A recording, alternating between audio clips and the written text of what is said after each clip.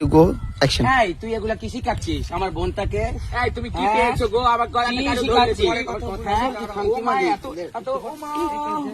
এই না, এই দিদি চুপ কর, তুই চুপ কর, তোকে পুরো খারাপ বানিয়ে দিয়েছে। এই ভালো কাকি মারিস না বোন, মারিস না। আমি আর কথা বলবো না কারোর তোর সাথে। গলায় পা তুলে তোর পুরো হাত তুই গলায় পা তুলে দিব, গলায় পা তুলে দিব।